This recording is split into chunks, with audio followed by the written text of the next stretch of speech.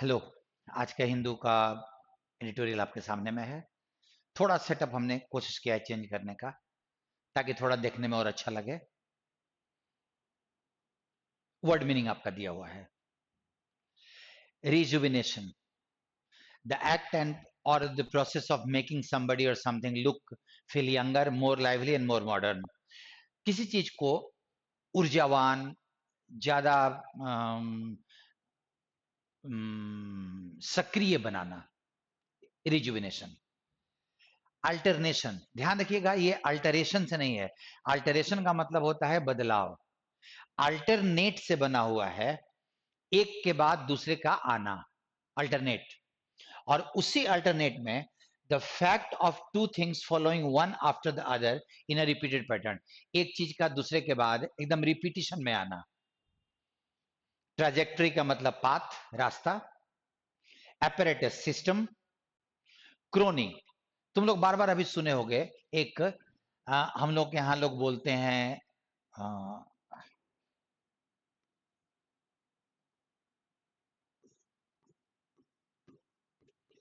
Crony capitalism.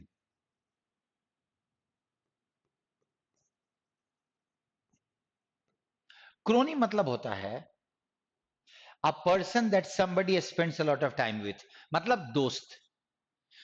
ऐसी पूंजीवाद जो सिर्फ दोस्तों के लिए हो, दोस्तों के फायदे के लिए हो। क्रोनी मतलब दोस्त। मेटेरियलाइज, किस चीज का सफलतापूर्वक पूरा होना।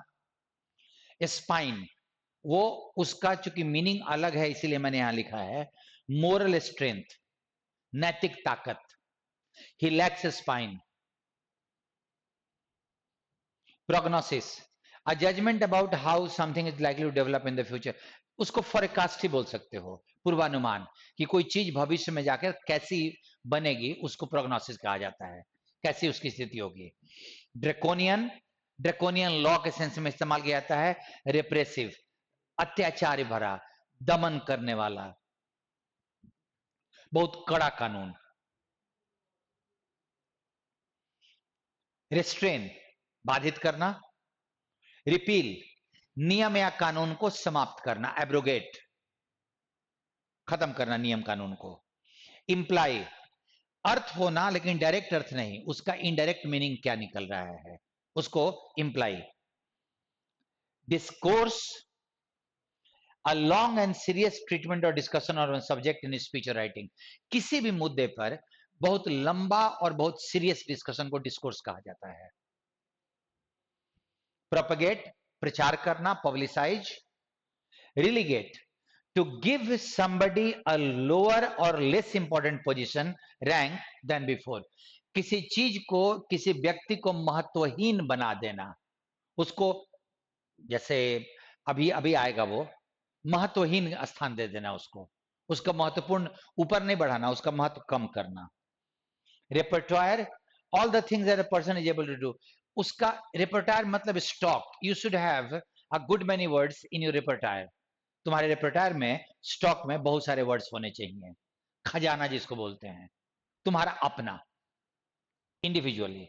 एंड प्लेबियन, ऑर्डिनरी लोग या people from the lower class of society को प्लेबियन भी कहा जाता है। मिडिल क्लास, उसके बाद लोअर क्लास को प्लेबियन भी कहा जाता है, आम आदमी।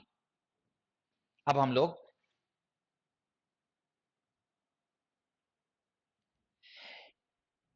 हमारे पास जो आज दो एडिटोरियल थे, वो ऐसे थे जो कि बहुत पढ़ने में एकदम वो राज्यों का अपना पॉलिटिकल एनालिसिस था। सो आई डेंट फील गुड। मेरे को इंटरेस्टिंग उसमें से एक आर्टिकल लगा, जो अभी के, जो 2 दिन पहले जो सरकार के साथ सरकार की स्थिति जो बदली है, उस पे किसी विदेशी आदमी का लिखा हुआ ओपिनियन कैसा हो सकता है। विदेश से लोग, विदेशी पत्रकार लोग कैसे इस सिचुएशन को, ये जो नया डेवलपमेंट इंडिया में हुआ है, उसको वॉच कर रहे हैं, उसको देख रहे हैं, एनालाइज कर रहे हैं, उस पे था।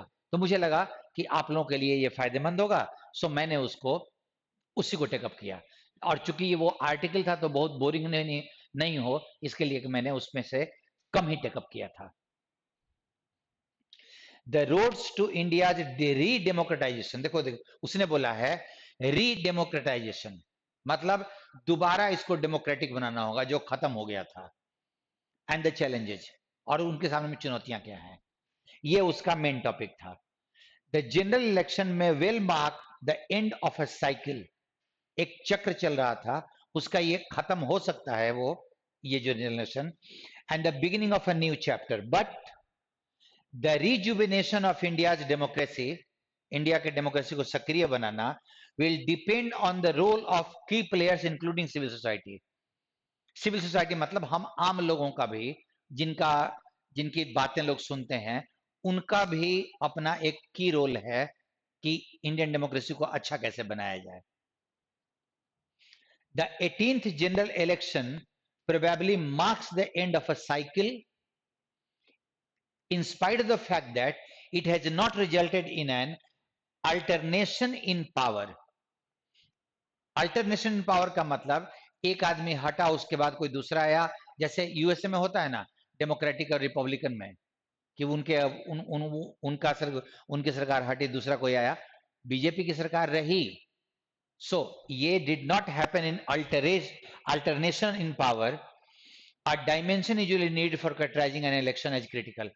अगर हम किसी इलेक्शन को बोलते हैं कि ये क्रिटिकल है, तो उसके लिए पावर का स्वरूप बदलना जरूरी था, इसीलिए हम अल्टरनेशन पावर नहीं हुआ, हम उसको क्रिटिकल नहीं बोल सकते हैं। But the Bharatiya Janata Party loss of its majority seems to be sufficient, पर्याप्त हो सकता है कि मेजॉरिटी उसकी खत्म हो गई।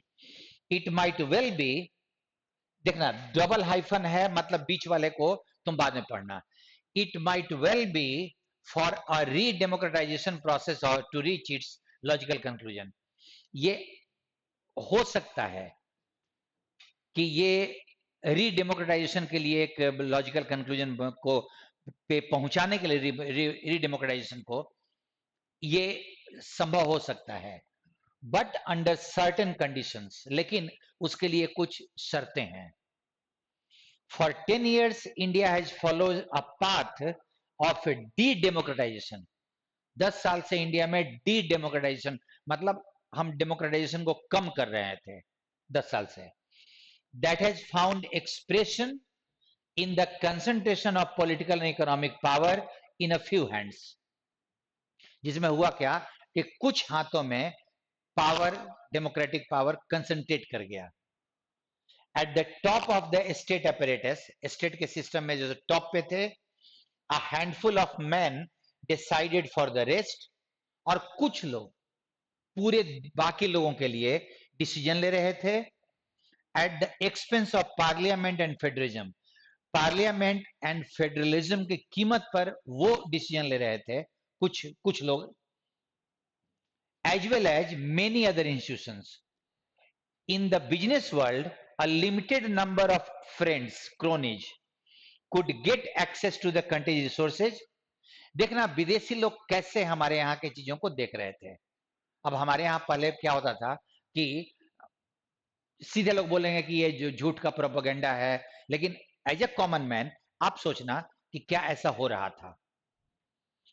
कुछ खास लोगों को देश के रिसोर्सेज पे पहुंच थी, उनको वो इस्तेमाल कर सकते थे, एंड डोमिनेट द इकोनॉमी, और इकोनॉमी को डोमिनेट कर रहे थे।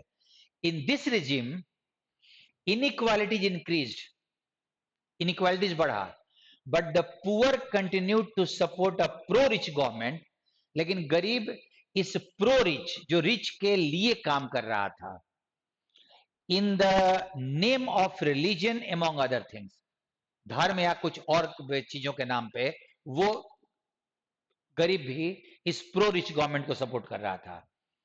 और वो क्या क्या था? आइडेंटिटी पॉलिटिक्स, आइडेंटिटी पहचान वाली पॉलिटिक्स, कम्युनल पोलराइजेशन, धर्म के नाम पे लोगों को बांट दिया गया था, at the expense of the minority tended to prevail over the social issues. Social issues के पे हावी कौन था? ये सब चीजें।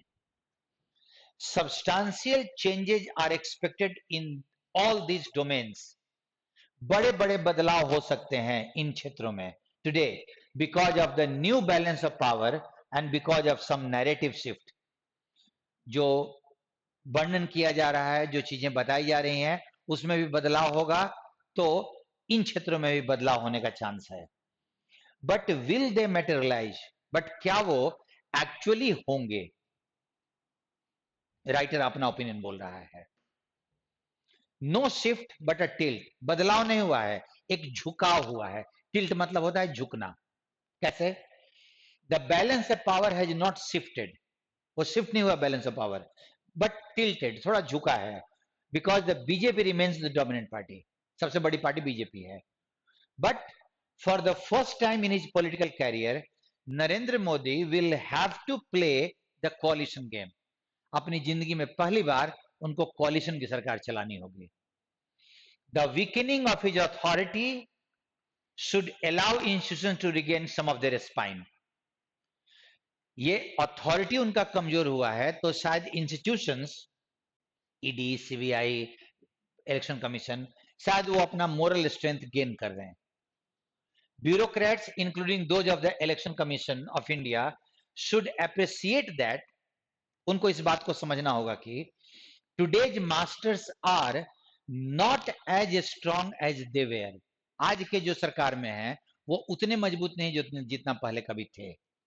And may not be the same tomorrow, और आज जितने हैं हो सकता है कि कल इससे भी कमजोर हों। Whether they will rise to the occasion, क्या वो इस मौके पे खड़े होंगे, रिमेन्स टू बी सीन, देखना बाकी है। द सेम प्रोग्नोसिस, ये की चीजें भविष्य में कैसी होंगी, यही चीज applies to the judiciary and to the media, ये मीडिया और जुडिशियरी पे भी अप्लाई होगा। Will they resist the government's use of liberty side, एक बहुत स्ट्रॉन्ग वर्ड उसने यूज किया है, ऐसा कोई वर्ड नहीं होता डिक्शनरी में। जैसे जेनोसाइड होता है, लोगों की हत्या, फ्रेट्रीसाइड, भाई की हत्या, वैसे लिबर्टी साइड, स्वतंत्रता की हत्या। कड़ा वर्ड उसने, राइटर ने यूज किया है, मैं इसको उतना नहीं मानूंगा। But will they resist the government's use of liberty side, क्या वो विरोध करेंगे liberty side laws that have been passed in the last 10 years, because we are not in 1977, हम 1977 में नहीं है, and the draconian laws, जो कठोर कठोर कानून बने, restraining freedom of expression and individual rights will not be repealed, वो कानून को समाप्त नहीं किया जाएगा। there is no majority for that, समाप्त करने का कोई मेजोरिटी नहीं है। Federalism should be revitalised too, democracy को रिवाइटलाइज, पुनः जीवित करना होगा। Not only because of the relative decline of the government authority, ना सिर्फ इसलिए कि गवर्नमेंट का अथॉरिटी कम हुआ है, but also because this government will need the support of 2 or 3 state parties, बल्कि इसलिए भी कि इन सरकार को चलने के लिए 2 या 3 स्टेट के पार्टीज को चाहिए होगा। और सबसे ज्यादा जरूरी हमारे बिहार के नीतीश जी होंगे, including the Telugu Desam Party and the Janata Dal United or the JDU, which have traditionally defended the autonomy of states। इन लोगों ने पहले राज्य की स्वतंत्रता का के पक्ष में बोला था, आज वो सरकार में जा रहे हैं, तो और इनके साथ चलाना है, तो शायद गवर्नमेंट अपने कानूनों को उतने मजबूती से नहीं लागू कर पाएगी, अपने ड्रैकोनियन लॉज को। We will not see the kind of decentralization that was at work under Vajpayee and Manmohan Singh. जिस तरह से डिसेंट्रलाइज किया गया है, पावर को सेंट्रलाइज करना मतलब एक जगह लगाना, डिसेंट्रलाइज मतलब पावर का चारों तरफ वितरण हो जाना, वैसा नहीं होगा जैसा वाजपेयी जी के टाइम में या मनमोहन सिंह के टाइम में हुआ था। But coalition politics should mean, लेकिन कोलिशन पॉलिटिक्स का ये अर्थ निकलेगा कि indirectly a greater recognition of the chief ministers, कि चीफ मिनिस्टर्स को भी इंपॉर्टेंस दिया जाएगा, who we must remember were not even consulted before the demonetization of 2016, जिनसे जिनसे कोई कंसल्ट नहीं किया गया था नोटबंदी के समय या कोविड-19 के लॉकडाउन के समय में, कोई कंसल्ट नहीं किया गया था। आज उनकी बात सुननी होगी। बिसाइड्स पावर रिलेशन के अलावे नैरेटिव्स मैटर्स, बातों को हम प्रस्तुत कैसे कर रहे हैं ये बहुत मैटर करेगा। Like other national populist leaders, दूसरे देशों के जो पॉपुलिस्ट लीडर हैं, अपने को पॉपुलर दिखा के पावर में बने रहना चाहते हैं, उसी की तरह mister Modi claimed that he was the nation and tried to, उन्होंने ये क्लेम किया कि वही देश है, and tried to disqualify his rivals, और जो जो उनका विरोध किया उसको डिस्क्वालीफाई किया by calling them anti national, कि वो देश का विरोध कर रहे हैं। And many politicians pseudo intellectuals, वो जो झूठ का अपने आप को इंटेलेक्चुअल दिखाते हैं, and journalist supported this discussion, और इसमें सब लोगों ने मिलकर सपोर्ट किया था। As a result an equation was propagated, एक समीकरण बना जिसका प्रचार किया गया, बिटवीन इंडियननेस एंड हिंदुत्व, ये दोनों सेम चीज है, भारतीयता और हिंदुत्व दोनों सेम चीज है। रिलीगेटिंग, महत्वहीन कर दिया गया किसको, minorities and specially Muslims to the margin, इनको माइनॉरिटीज को एकदम दरकिनार कर दिया गया। This form of identity politics may well be on the defensive now, अब ऐसी वाली पॉलिटिक्स शायद डिफेंसिव हो जाए, अपनी रक्षा करते चले। Countered by another ideological agenda, और उसको कौन काउंटर करेगा, एक ideological agenda prioritising social equality, जिसमें सोशल इक्वालिटी को महत्व दिया जाएगा। Once again, like so many times since VP Singh had decided to implement the recommendations of the Mandal report in 1990, जिस समय से उन्होंने किया था वीपी सिंह ने मंडल कमीशन को, उस समय से अनेकों बार two repertoires are in competition, दो मतलब स्टॉक खजाने वाले जिसमें बहुत सारी चीजें रखी हुई हैं, वो कंपटीशन में है। To counter the rise of plebeians, जो लोअर क्लास को ऊपर बढ़ने से रोकना। The Sangh Parivar resorted to ethno religious identity from the 1990s onwards, Sangh Parivar ने यह किया इथनिक, भारतीयता से जुड़ा हुआ, सनातन से जुड़ा हुआ religious identity, and to counter Hindutva today, और उसको हिंदुत्व से जोड़ दिया गया, उसको काउंटर करना है।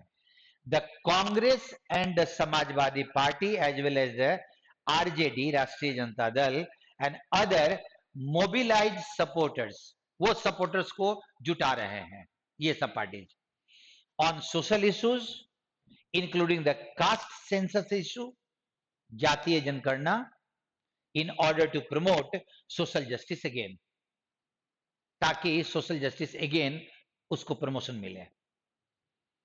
दो चीजें थी, थोड़ा सा सेटअप में चेंज हुआ है, ये सेटअप पहले से बेटर है। आप इसको, इस आर्टिकल को जरूर पढ़ लेना, ये आर्टिकल बहुत मजेदार है, ये देखने के लिए कि विदेशी लोग हमें, क्योंकि विदेश वाले लोगों को हो सकता है कि हमसे पूर्वाग्रह हो, या उनकी बातों में थोड़ी सच्चाई भी हो सकती है, इसलिए इस आर्टिकल को पूरा पढ़ लीजिएगा, अंतिम तक खत्म कर लीजिएगा। एंड इस सेटअप में जो आपको अभी ये दिखा, ये ज्यादा अच्छा है या पहले वाला सेटअप अच्छा था, ये मेरे को आप जरूर बताइएगा। थैंक यू, कल मिलते हैं फिर नया एडिटोरियल के साथ।